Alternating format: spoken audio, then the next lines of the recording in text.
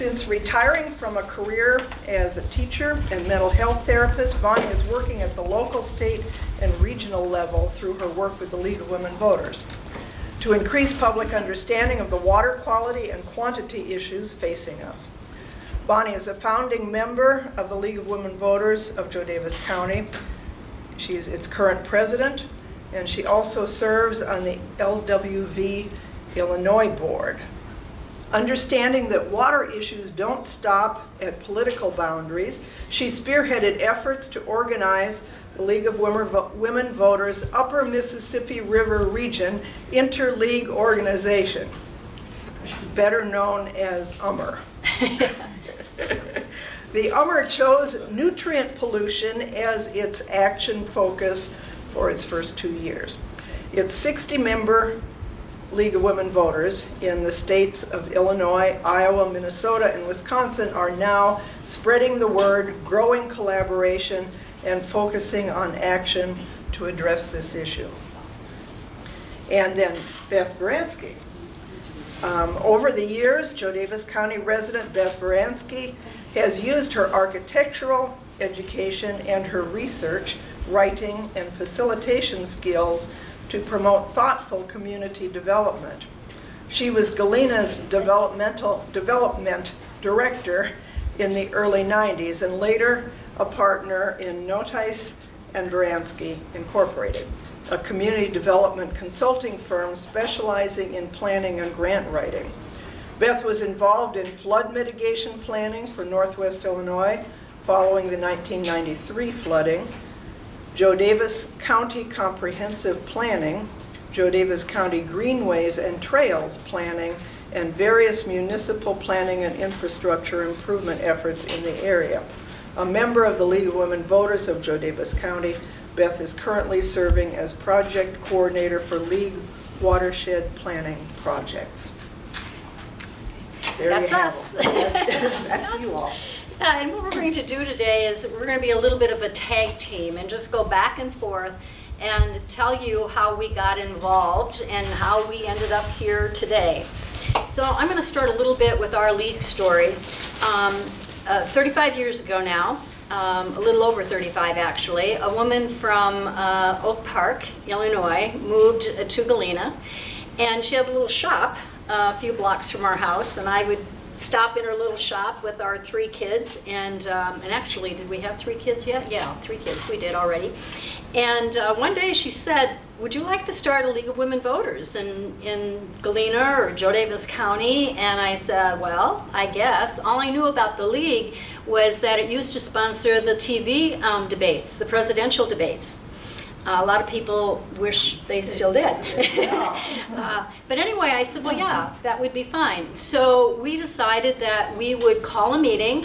It was in the basement of what's now the Galena Gazette office, but then it was Kentucky Fried Chicken. So with the smell of Kentucky Fried Chicken in the air, we met in the basement, and there are some people who were there. Don, you were there for that very first meeting.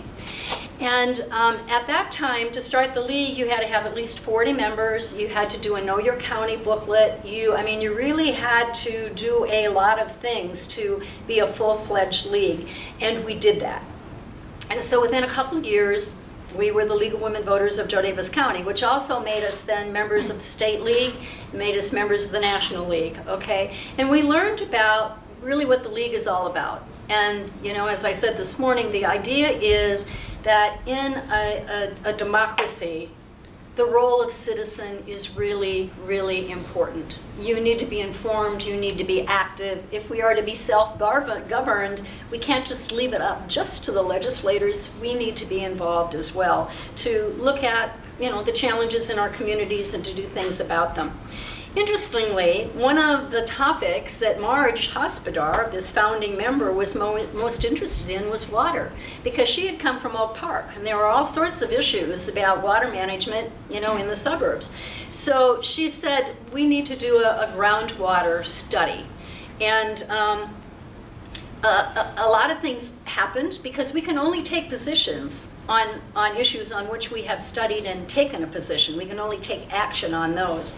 And so in succeeding years, there would be a number of things that we would look at in terms of some of the county planning and so on. We got very involved with the siting of the expansion of a landfill in Joe Davis County, and Beth was involved with that. The idea was that semi-loads of garbage from Chicago would be put into a landfill in Joe Davis County. And because of the study that we had done and so on, we were very aware that our hydrogeology here is very different from a lot of Illinois. We have thin soils, we have carbonate bedrock, and the concern was whatever the contaminants could come from that landfill could go into the cracks of the carbonate bedrock and could contaminate our groundwater. A lot of things happened and that expansion didn't happen. Then about 6 years ago, this issue of a 5,000 head dairy cow CAFO, confined animal feeding operation.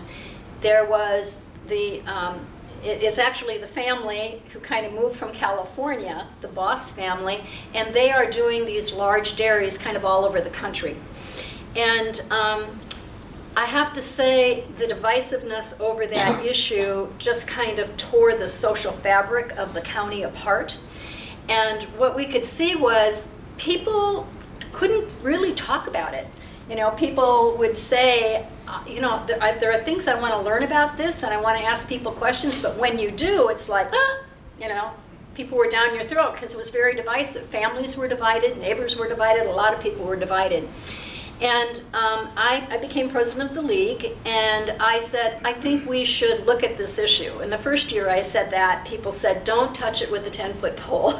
You don't need this.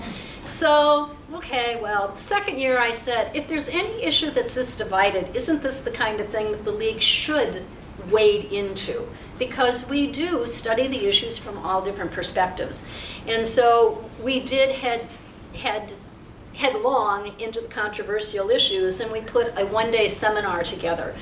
Brought the Illinois EPA, Illinois Ag out, brought a dairy historian, brought University Extension to talk about the history of dairying in Joe Davis County, and we got a much greater understanding of the issues, but it also left us with so many questions, because the way that dairy was going to be sited and the tests that they were using to deal with, many of you will know this term karst, kind of that hydrogeology that I described, were those tests really, did they really meet our needs here? And so we began, you know, there was just so many questions that were raised. About that time, Beth came and joined the league. And so you go from here. It's kind of a fun story because I joined the league because I really appreciated the candidates forums that they always put on, and I always thought I should join the league, I should join the league, I should join the league, just to support that. They sent out a flyer, and so I finally did send in membership dues, and then Bonnie and I bumped into each other in the Piggly Wiggly, and she said, you joined! And then we started talking about water. She wanted to take that conversation forward. I had been on the county board when that dairy was being sited, so I did get involved in some of the details and really felt again, that tearing of our social fabric in our county. And it was heartbreaking.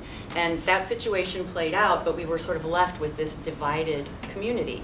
And I just had a personal thing that if ever there were an opportunity to have a conversation, to learn more about the hydrogeology so that we could have a better conversation going forward, I wanted to be part of that. And so that's when Bonnie and I started talking about, okay, how are we going to have that conversation in Joe Davis County? And that's really what we've been embarking on ever since then. And you heard I have some planning background, and it's kind of self-taught, but really taught by Monica, for those who know Monica. And I thought a planning process is an ideal framework for having that kind of a conversation. It's a little more formal. We are taking a grassroots approach to it, so it wasn't like we're hiring in some consultant. We worked together, we talked, we figured out what we wanted to do. We spent a year and a half before we even started the planning process, doing a lot of homework ourselves and developing relationships with people. And so then we were able to pull together a group of stakeholders and proceed with the planning, which we'll talk about a little bit later. But I want to backtrack because there was another thing that played into what we did and the way that we did it. Actually, I need to ask, was Project Yes a Rotary project, or is that separate? Some of the same people were involved, but... Project Yes was a Vision 2020 project, okay. So there was a program that people could participate in that was teaching us about negotiation skills. And I won't go into a lot of detail about that, except to say that really the basis of it is when you have a controversy or an issue that you're dealing with, that you really take the time to understand what the different parties' interests are, because there may be a solution that you don't see when you're thinking just of your own interests, and that if you really understand theirs, you'll find that there is a common place. I tell everybody about this because it was my favorite summary of it. The person who presented talked about a father came home and his two sons were fighting in the kitchen over an orange, and he didn't want to hear that fighting, so he just took the orange away and cut it in half and gave them each half an orange. Well, it turned out that one of the little boys wanted to bake cookies and he wanted the zest, and the other little boy was hungry and he wanted to eat the orange. So if they'd taken the time to figure that out, one could have had the zest, all of it, and one could have had the orange, all of it. So just that you can come up with an answer that's going to be better for everybody if you take that time and do that work. So that plays into what we were doing too. We want to take the time to really understand what the different interests were and do the work to understand the facts and really to build consensus. And that all fits into the league way, which you pretty well described, I think, looking at the issues in depth. And we further framed our approach by saying we wanted to do evidence-based decision making. So we wanted to filter the information through sort of a fact check. And we know that there are truths out there or things that people think are true, and even science changes over time as new information comes in. But to get the best information we could, to really critically assess it and ask questions about it, and follow up with the questions that we had to get the answers that we thought we needed, to get as far as we could with that. And our goal was to have science-based stewardship then. If we sift through all this information and come to an agreement about what is, okay, then what are the ways that we should take care of the landscape and the water based on that information that we agree on now? And so from there, we did put together a team of stakeholders for our planning process. And if you did, great, I handed out a bunch of these. Whoever doesn't have one, they're in the back. I'm just going to walk you through this a little bit. On the back of the cover is a list of the stakeholders that we pulled together. And a lot of the things are standard planning things, so stakeholders, you always hear that. But we really carefully picked people who brought expertise to our conversation and who were connected to other people in a way that they could share the information from our planning process with them and people would feel comfortable talking to them and bring it back to our planning process. And I felt like we had a good amount of that going on. So I'm not going to read anything, but you can get a sense. Those who are from the county will recognize the individuals, and those who aren't, you can see what types of representation we were able to bring together. We met for 2 years, every other month, and each month at each meeting, we started out with a very focused bit of information that we all took in together, and then we had a conversation about that. And so they all brought what they knew about that particular topic to it and asked questions about the information that was presented. And we worked through the 2 years that way. And in the end, we came up with, you'll see the executive summary, which is kind of a hard-won single page of very carefully crafted language that those 20 people agreed on, and which we're now taking out to the county, the townships, the municipalities, and describing what we've come up with and asking them and hoping that they can feel supportive of this plan. And there's the first year of our action plan is the next page. And this is just a few pages taken from it, but it isn't a very big planning document anyway. This is our plan, basically. And then this back part is our workbook, which has a lot more information about the things that we chewed through during that 2-year process. And a lot of what we did here helped us to plan the program today because we made a lot of contacts, we learned about what we thought was important and that we really wanted to share to a broader audience, and that's what this conference is about. The whole workbook and the plan are available online, and in that executive summary there's a link to that. We're going to show you now a little 5-minute thing that it was a tool that we used at our meetings. I talked about this concentrated information.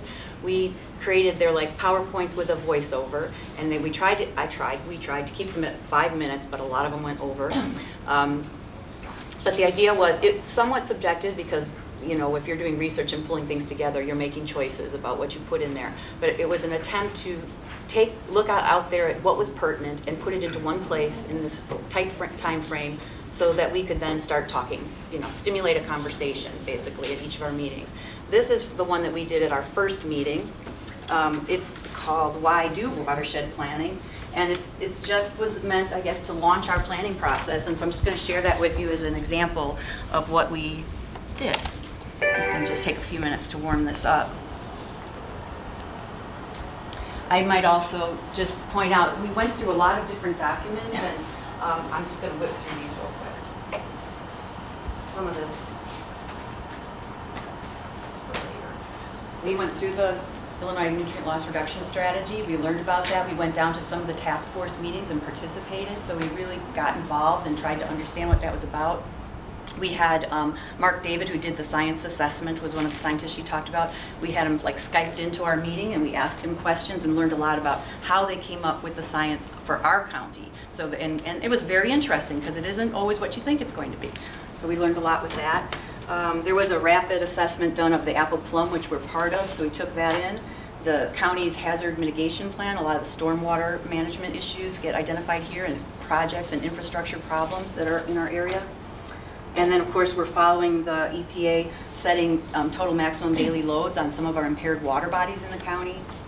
So, you know, it's a lot of stuff that we just kind of, I will keep saying waded through, but I can't help it. It just happens.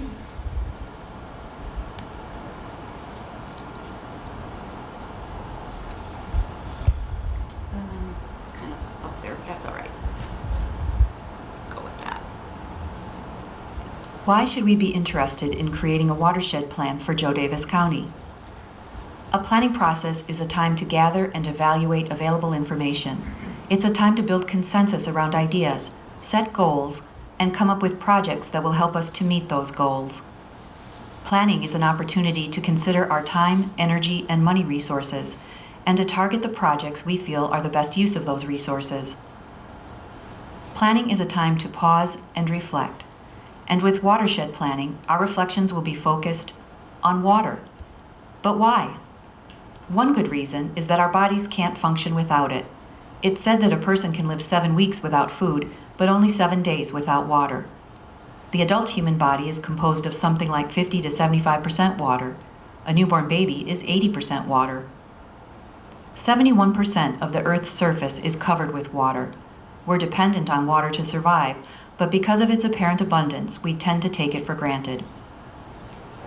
But the supply of drinkable water is limited. Of the water on Earth, only about 3% is fresh water. The League of Women Voters of Joe Davis County hosted a forum, The Land and Water Beneath Us. At the forum, one presenter suggested that we could decide not to worry about water contamination issues at all, and simply choose to treat our water for drinking. But water treatment can be expensive. This is a rendering of a desalination plant in Carlsbad, California. It's being built at a cost of $1 billion. It's hard to imagine us being forced to rely on salt water for our drinking supply because we have a relatively abundant supply of fresh water in the Midwest.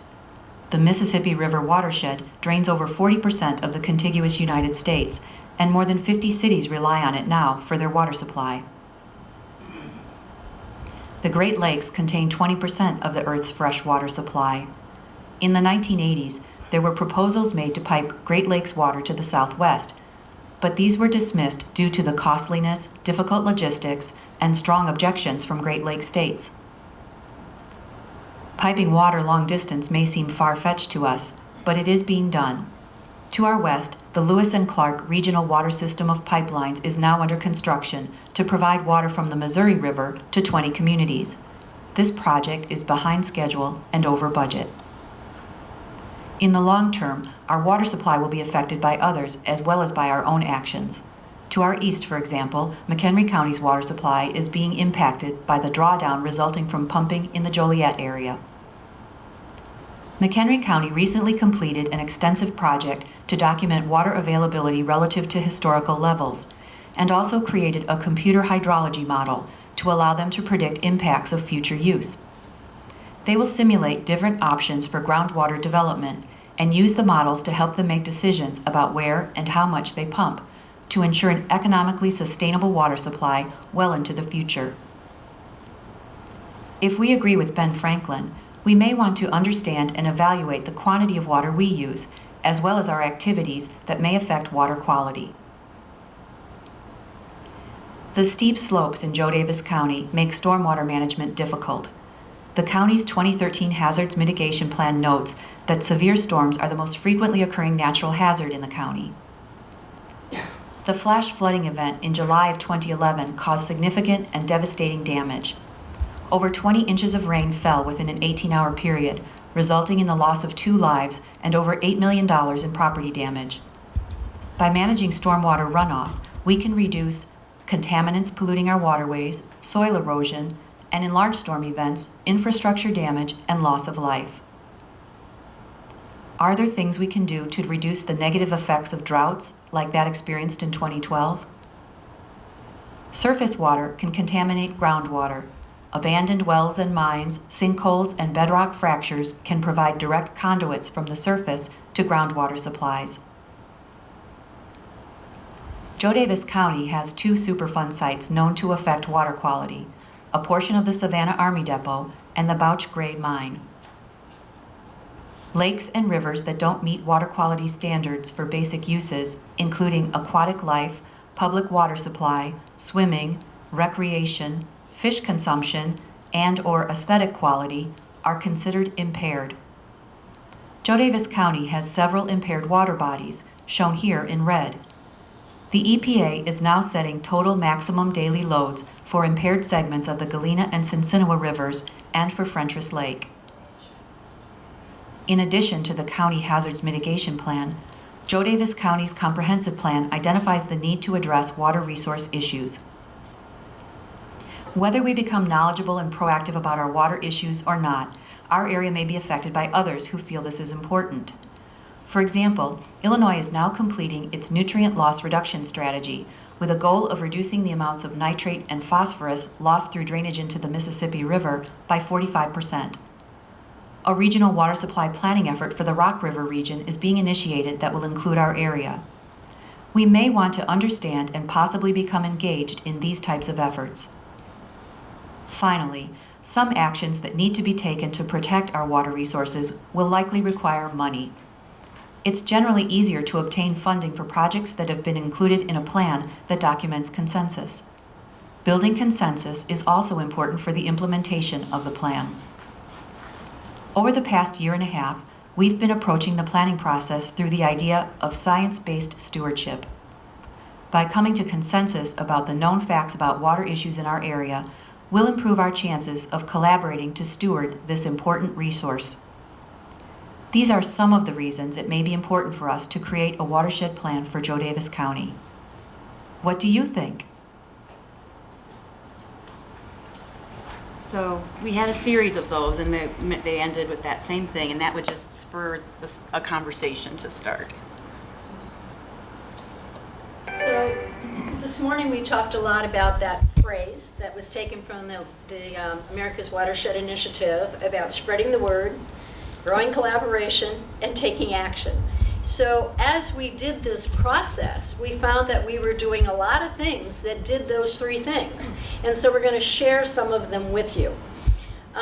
Before we ever started with the stakeholders, Beth, because of all the work she had done on a county level, knew how important it was to engage townships, city councils, county board, and so on.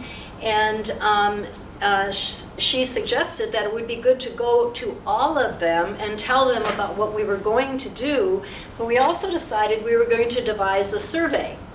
And we found a tool online, Social Indicator Data Management Assessment, SIDMA. This was a survey tool that was put together by Region 5 EPA. And so we worked with them to put a whole series of survey questions together to get people's knowledge and opinion about water issues in Joe Davis County. And we took that survey to every township, City Council, County Board, and the 2 Resort Corps boards, and it turned out to be 300 and some surveys. But we also had to do everything you do to get quality assurance approval from Illinois EPA. So we had to submit the survey, what the proposed survey was, and we had to tell how this was going to be recorded, so that the survey results would be accurate and not tainted by us or whatever. So we thought, oh my gosh, how are we going to do that? Who's going to do that? So I wondered about maybe somebody at the University of Wisconsin-Platteville. So I went up there and ran into Phil Parker. He came last night to play the watershed game.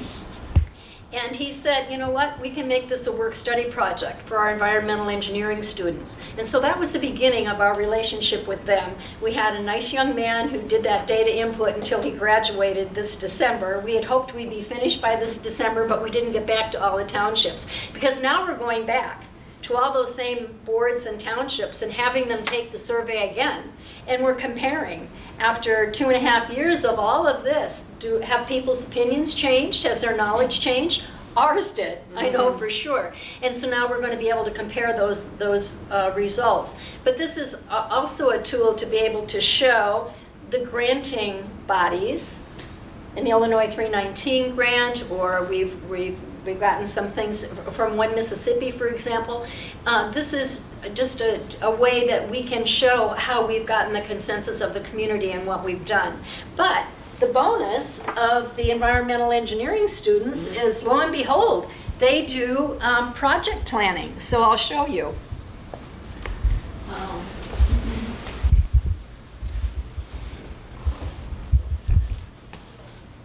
3 of these very nice environmental engineering students came to Galena. It was actually in the wintertime, and they surveyed our yard. This is our house, and they have designed a rain garden for us. We have not installed it yet. And interestingly enough, you hear about all the budget issues with the state of Illinois. The Soil and Conservation District will actually reimburse you for 60% of a project like this if they have the funds, and guess what they don't have the funds for right now with the Illinois budget. So I haven't really talked to my husband into this totally yet, but I have to say, today he said, after Marcus de la Fleur, he said, I think we should rip up our driveway and put in permeable pavers. I thought Beth is going to be so excited. But anyway, we have really large roofs. So the phosphorus, we talked about that phosphorus load. The engineering students actually, using a model, were able to tell me how many pounds of phosphorus would be removed from our rainwater on our property. Then they also got involved with the city of Galena. And so this is Field Street, and they have designed bioswales for Field Street. We've actually looked at a bioswale in front of our house, but they put in cable, for internet along there. So now I don't know if we can do that or not. They have talked about this device that would filter the water going into the Galena River, attached to this bioswale and so on. And so this is great, and they're going to do more. And so if any of you here who are local would like a rain garden designed for your property, we can hook you up with the student who will do that for you. So that was good. I'm going to talk a little bit about some of the grant work we've been trying to do. It's very challenging to get things funded all the time, no matter what you're working on. And we started out, and our first 2-year planning process was entirely volunteer, grassroots, everybody just doing it. During that, we did apply for grants that we didn't get, but it was really interesting because here it is, the League of Women Voters applying for grant funding to do watershed planning. And I was hearing from agencies, why the League? Or we show up at conferences, what's the League doing here? And, so we sort of had to explain to people what we were doing, why we were doing it, and become known, I think. And we've been working our way through little networks and doing that. And having finished the 2-year planning process, we applied for a EPA 319 grant, and we were funded, and we're now starting a sub-watershed plan for right around the city of Galena. We had our first meeting in November, and that's going to go for 2 years. We've also applied to the U.S. Fish and Wildlife for grant funds to do some spring sampling, spring and well sampling. And we're doing that throughout the county. And what that's going to do is allow the scientists to set up a baseline of the water quality in our area as a reference going forward, which is extremely valuable. We've also been fortunate just with local grant funding. The Lions Club helped us pay for the watershed games that we have. There's one on display upstairs, and we played it last night. And we've had local donors who have supported the work that we've been doing, and that's been very helpful. A big thing that's been helpful is just using our own time as in-kind match to leverage other funds, since that's what we have to offer. So we've been pretty successful, and we've been getting quite a bit done and getting some funding to do it. Yeah. And one of the hands-on, sort of concrete things we did was a well sealing project. And again, your Soil and Water Conservation District can reimburse 60% of a landowner who has an abandoned well. And the problem with abandoned wells are they can be cracked or whatever, stuff goes into them, and it can go, can be a direct conduit to your groundwater. And so we have learned that there are more than 900 abandoned wells in the county that should be sealed. And Soil and Water Conservation had this 60% matching plan, but we had a private donor give us an additional money so that we could do a program where we reimbursed 80%. And actually, Marge, you were one of the donors for that, so we appreciate that. Marge is John Cook's wife, and they are very, very generous with all of these projects. So we did the publicity about it and said, we can offer you this additional, amount of money. And I think we sealed 24 wells that way, which doesn't sound like a lot when you have 900 to do, but I think in the previous 5 years, there'd been 14 of them sealed. So we know that this is something that we could get done, and it's part of our action plan, to go forward with that. One of the things that's really helped is, I think Bonnie talked about the relationship with the University of Wisconsin-Platteville, but we've sort of been developing relationships with a lot of different groups and entities. And one of them that's been very helpful is the state surveys, the Geological and the Water Survey. They came up, we talked about the land and water beneath us in that presentation, where the scientists came and they said, this is what we know about your area now, about the hydrogeology, about your water. Here's a bunch of stuff we don't know about, and here's some things you might do if you want to try and figure that out. So we actually defined projects, like scientific projects. And then we worked with them to try and get those projects funded and done. And some of the spring sampling and all that is part of that, to get us the answers we need to make good decisions. They helped us a lot with education, too, not only one-on-one and explaining things that we didn't understand, but the Geological Survey does field trips, and they came out and did a field trip. They took 150 people through our county, stopping at various water and geological sites and explaining them. And that was just a great way to help a bigger group learn about what was going on here. They did research during the drought when the alfalfa crop lines showed up in the areas where there are crevices in the bedrock. And there's a lot of aerial photography done, so they were basically able to map the fractures in our bedrock, which was just a strong visual to help people understand what we're living on. In our planning process, we talked a lot about, there still are a lot of questions about that, about there's material in those crevices, how much filtering is that doing, and some of this spring and well sampling is going to help us better understand how the surface water is interacting with the groundwater and how vulnerable it is, and what specific best management practices might help us best given our hydrogeology. And if anyone, I know there are people from other areas but also live in karst terrains, there's a great sheet on it that has information about their paper, and then we have videos. They came and presented here, and we videotaped them so they explain it, which is much better than anyone else trying to explain it. So that's available. And I think that's it. And we started going to other conferences, of course, and Beth, as I said, she's an Energizer Bunny, and she was helping coordinate another conference up in La Crosse, the Driftless Area Symposium. And she suggested that one of the tracks was about fishing, trout fishing and so on, because Minnesota, they're very interested in keeping their waters cool enough to keep their trout. And then the other track would be about watersheds. So we started developing that other track. We did a presentation there on behalf of the league and what we were doing. But while we were there, we had the opportunity to play the watershed game. And how many of you have played it now in this room? Yep, okay. We found it a really effective, fun way to help people learn about what a watershed is and what are all the different land uses and how those land uses impact the water, and get a good idea about the kind of best management practices you can put in place. Have people start thinking about, you know, you have limited resources, so how are you going to invest it, and how are you going to work together, you know? And so we thought, wow, this is really great. Can we do more with this? So at the same time as Janet, I couldn't think of your first name, Janet mentioned, we also developed, we were working on this interleague organization. The League of Women Voters goes back 96 years now, but in 1972, the leagues across the country said, you know what, there are some times where you have to have different groups of leagues come together to work on different things. Lake Michigan, the areas around, the states around Lake Michigan and the land around Lake Michigan, the leagues in that area have a Lake Michigan interleague organization, and Judy Beck is here, she's part of that.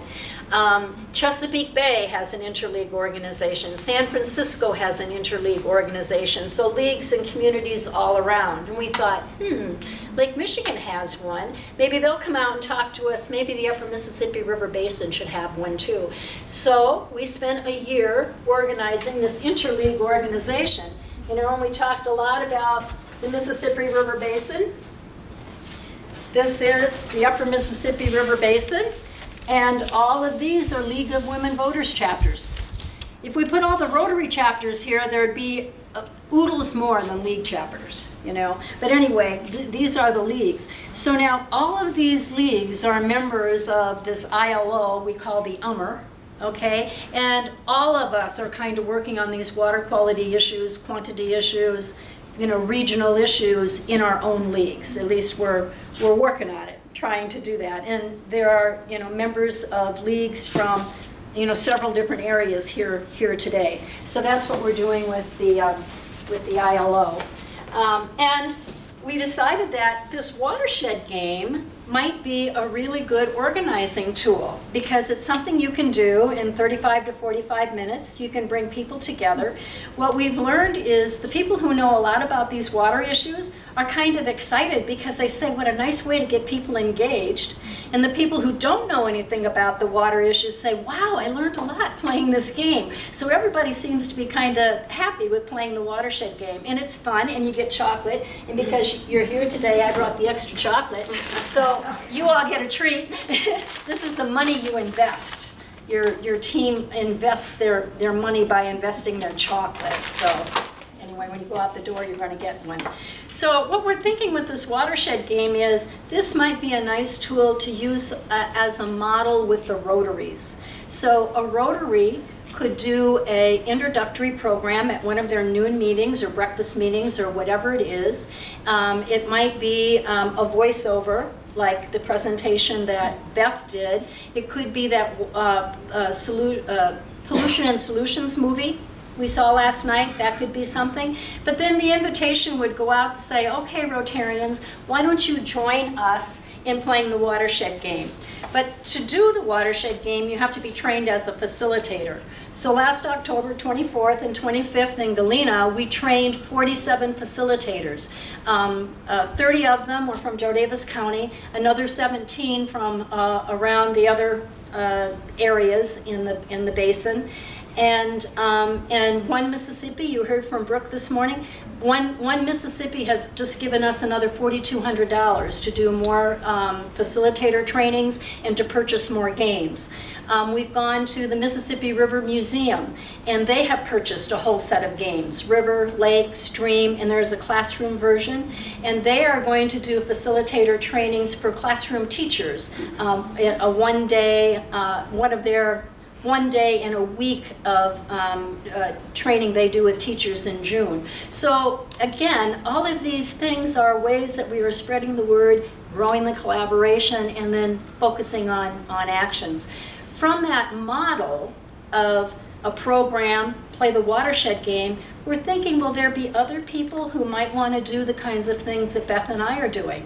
Bringing a group of stakeholders to look at their own sub-watershed. So those are the kinds of ideas that we are thinking about. So another thing that the UMR has decided is that their action focus is on nutrient reduction, and it's because each of the states in the UMR have those nutrient loss reduction strategies, and it seemed like a good place to start. And also because a lot of that loss relates to runoff and stormwater. So if you're dealing with those nutrients, you're also talking about stormwater management and erosion control and all the other things that are an issue. So it allows a focused conversation on a topic that is broadly supported at the national and at the state level, and it's likely that there's going to be funding support for projects that you're doing to help resolve that problem. So it's just a very strong, supported topic, and so there's going to be a lot of work on that. And in our local effort, we've talked about how we have to do something on every acre, we decided. So it is that thing about looking at the urban issues with water and also agricultural, but really a broad look at all the things that everybody can be doing, and that it has to be done on every acre. Yeah. We were very involved in this, and the National Convention for the League of Women Voters of the United States was last June, and they put out sort of an application to local leagues all over the country to apply for what they called the Effective Community Engagement Award. So it was the day before the application was due. I remember because it was right before midnight, and I was working on something, and I thought, you know what? There's a few questions about what you're doing. You can, submit some photos, and so I thought I'm going to do our water resource management plan. And lo and behold, we won that national award in June. Very nice. And what was interesting is, for that well sealing, I had gone out with my camera and had taken a picture of Matt Calvert from our health department, putting in the bentonite, and Dalen, I can't think of his last name, the farmer over in Warren, was kind of leaning over like that. And that's the photo that went to every league, all the way all across the country. So anyway, that was kind of a fun thing. But it also was a way to tell other leagues all across the country, hey, this is what we're doing. In California, they're going through drought. The lower Mississippi River, the Gulf of Mexico, all those leagues in Florida and all, and they're very concerned. They're having problems with sewage and the algae growth and all that kind of stuff.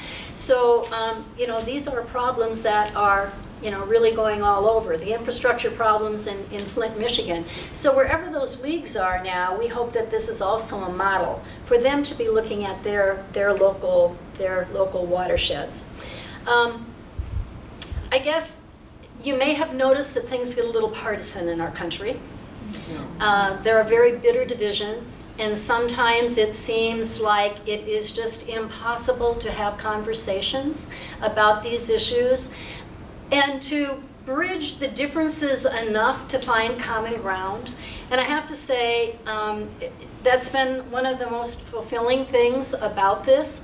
Is I do feel like we have really brought things, people together. We've had good conversations. We've learned a ton. I've very much changed my thoughts and opinions about approaches I would have thought were constructive 5 years ago that I don't think would be all that constructive now.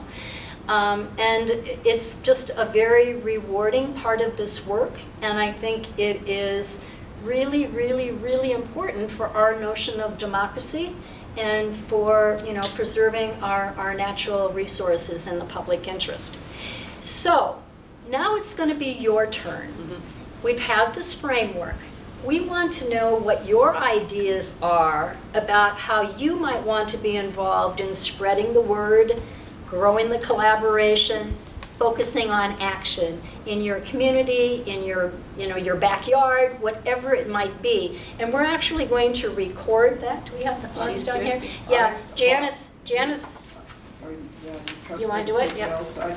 Yeah, Janet will do that. And then when because the other sessions are doing this as well. So at the end, we're just going to take some time to share these, these kinds of things and see what we come up with in the group.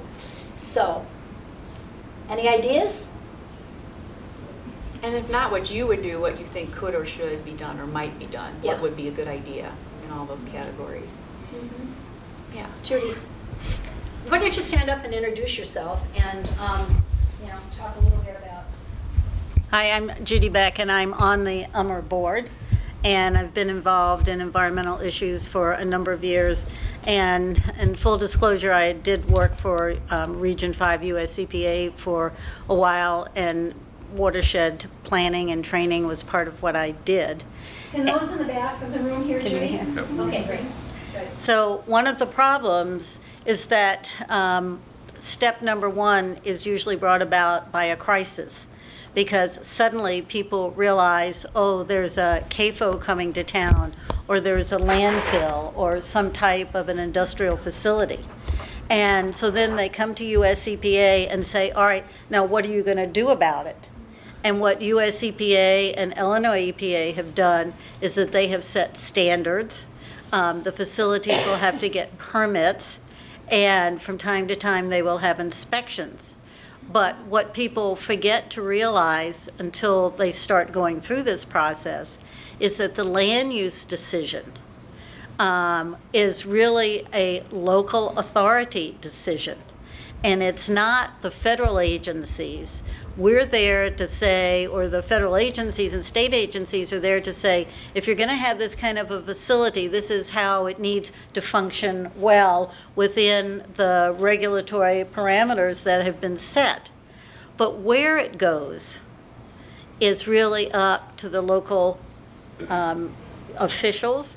And a lot of times they don't know about watershed planning, they don't know about karst topography. They've been involved in maybe stop signs or the local school budget or something like that. So I think that this is wonderful, but you need to think about getting to people before the crisis. And also, really, there should not be anyone who gets out of school without understanding what a watershed is. A few years ago, the agency and the Weather Channel partnered on a project, and they went around asking people, what do you think a watershed is? And they aired it on the Weather Channel, and I'm sorry to say it was a comedy, because people think a watershed is some kind of a shed that has some water in it. They thought maybe it was another name for a latrine. I mean, you really did a lot of chuckling, but it's actually a very sad thing. And so one of the things that we are working on for both the board and for the Lake Michigan ILO is a watershed literacy project that is really important for the whole country, really. Yeah. And Judy, just looking at this map a little bit, you might want to talk about I don't know how many people know what HUCs are, HUC, and what the numbers are, but point on here what all of this would be a HUC. What? Oh, probably 6 or lower. Yeah. Right. So Lake Michigan, the 4 states around it. I did a map that showed there are 33 8-digit HUCs, but that would be like the entire Muskegon watershed. Yeah. And so people in the 319 program, they tend to work at the HUC 12 level, which would be like the local river in your community, not what it's a tributary to a larger river. So we are part of the Apple Plum watershed that actually is, here we are, right here, because this is, here's Northern Illinois, and over here. So this is about a HUC 8. That's the Apple and the Plum, and it's on both sides of the Mississippi. It's kind of that basin that goes. But what we're working on, what we got our grant, was the Galena River watershed, and that's a HUC 12. So the bigger the number of digits, the smaller the watershed you're working on. So we're working on a Huck 12, which, you know, is the Galena River, so it's probably about right there. Little teeny So bit. HUC stands for Hydrologic Unit Code.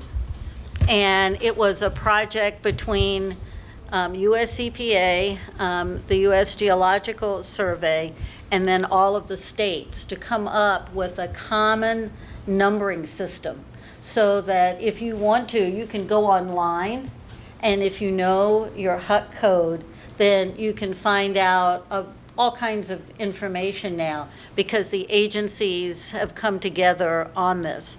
And so if I wanted to sound like a watershed geek, I would tell you about a slideshow that I do, because what I say is, you know your area code, you know your zip code, how many passwords are you supposed to remember?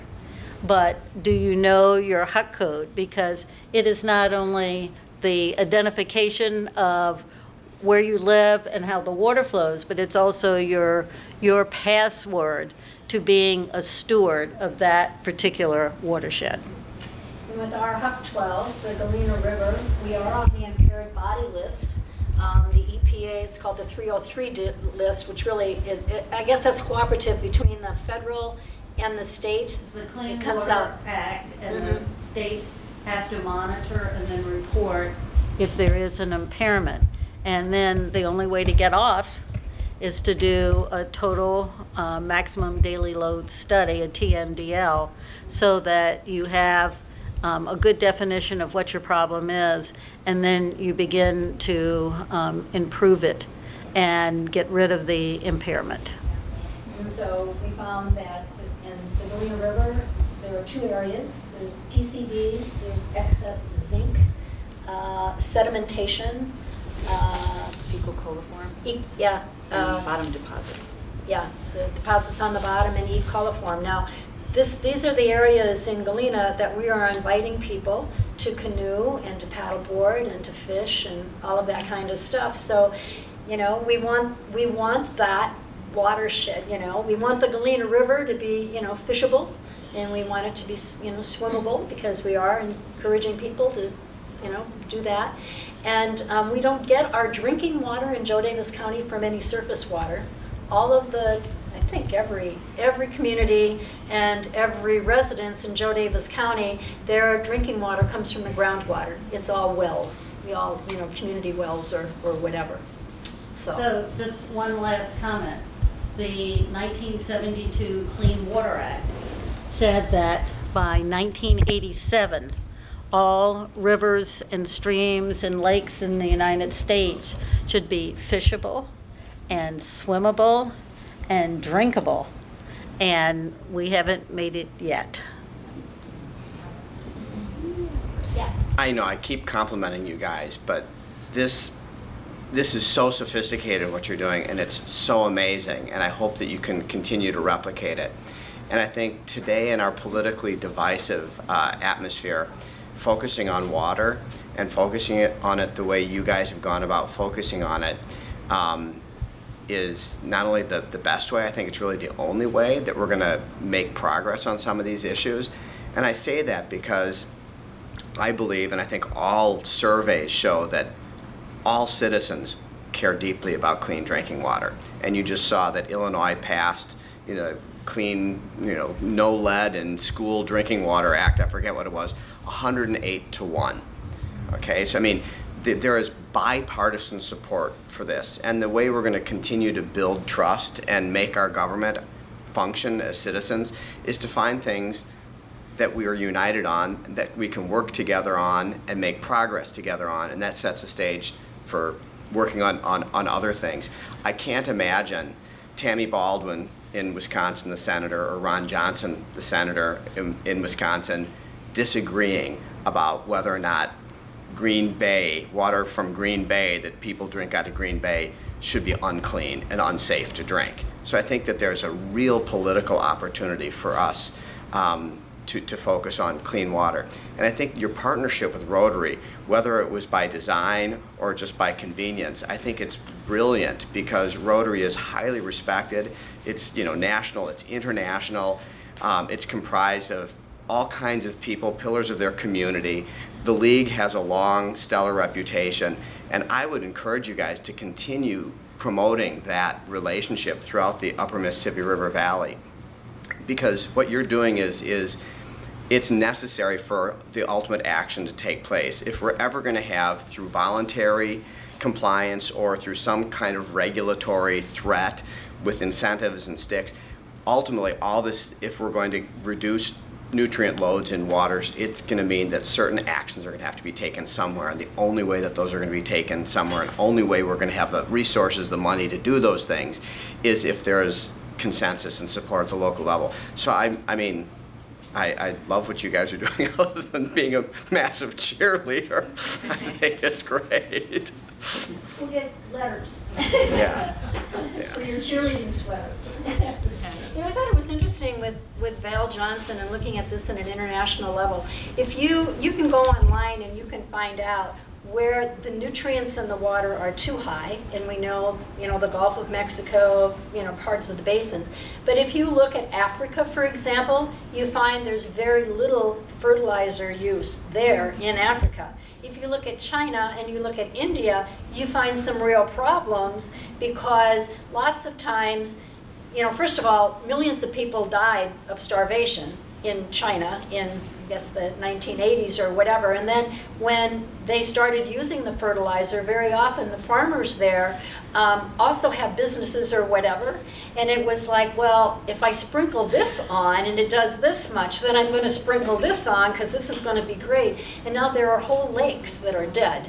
And a lot of water bodies. And I've seen in India the problem is the nitrates have gone deeper and deeper and deeper into the wells, and people can't use that water at all. And it's a huge problem. Also learned that all these water issues are very often all entwined with these political issues.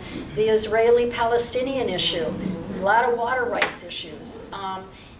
The droughts that are happening in Africa, a lot of that migration to the European countries is they just want a better life. And you could see that with Val. So, a lot of work to be done on all of that. So, other suggestions? Anybody going to do a we have rain something garden? on our list? Then Well, I've just tried to glean a little Okay, bit from good. what's said. I don't know. Okay. I haven't got much. Yeah.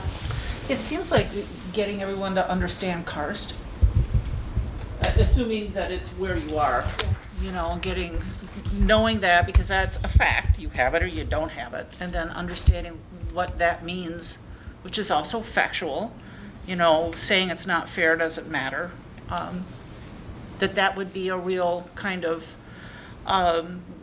establishing thing.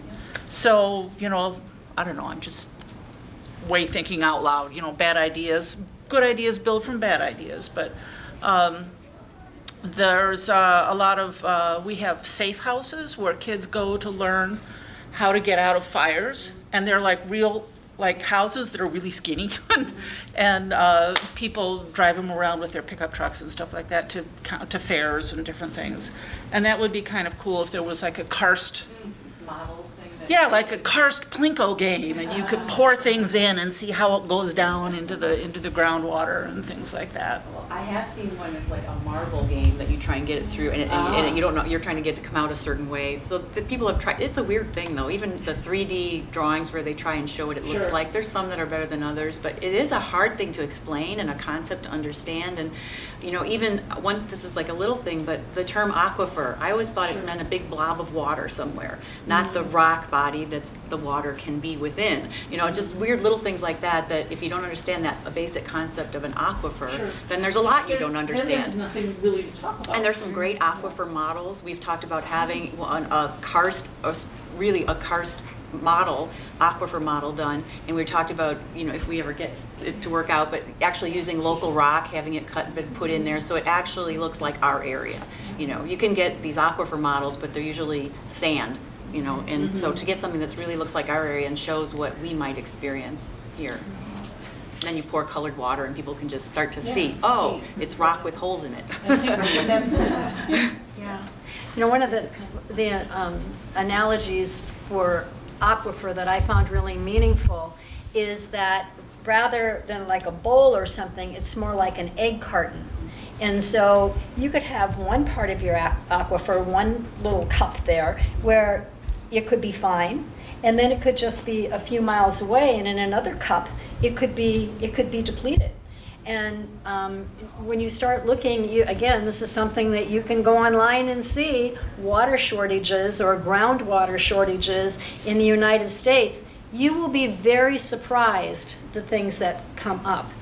And so that's another whole issue, you know, to look at. You know, and the water quantity issues is a big one. I just read about kind of a bit of a war between Atlanta, Georgia and Florida. And what they're talking about doing is possibly doing a canal to the Tennessee River to provide Atlanta, Georgia, the water that they need, because Florida is a little upset that Atlanta, Georgia is using all of that water. And so there's just going to be more and more of those things, you know, all around. And we think in Joe Davis County, our water is plentiful. And we know that there are some people who have thought about our water resources going by tanker car or whatever to areas of the country where there is drought. And is that a good idea? That's our natural resource. You know, if we have plenty and you don't need it, maybe it is a good idea. If, you know, I mean, all of these are issues that take some thinking and some planning. And as Judy said, better be prepared and have discussed these issues, you know, ahead of time. How are we on time? I just want to check. yeah. I don't want to run over our... I'm not sure what time we started. You know, where is It's our... almost 3 though. An important groundwater session issue 2 is in supposed to talking start. about water Where's our- supply Is, do you know where all of the infiltration into your groundwater is? And one of the things that when I first moved to my community, we had a section of town that the groundwater was depleted, and we were concerned about infiltration and not paving over, you know, the entire area in Glenview. But what we found out that one of the major recharge areas was up towards Rockford. And we have no control over land use in Rockford. And so, just one other thing about Glenview and rain gardens. So we have a program in Glenview where if you want to put in a rain garden, and you will work with the village and put in what they consider a proper rain garden, they will pay you 50% of the first $2,000 that you spend. That's a good suggestion, local rain garden incentives. Yeah, okay. We are over our time. You get to get a piece of chocolate going out the door. It's an incentive to get you out of here fast.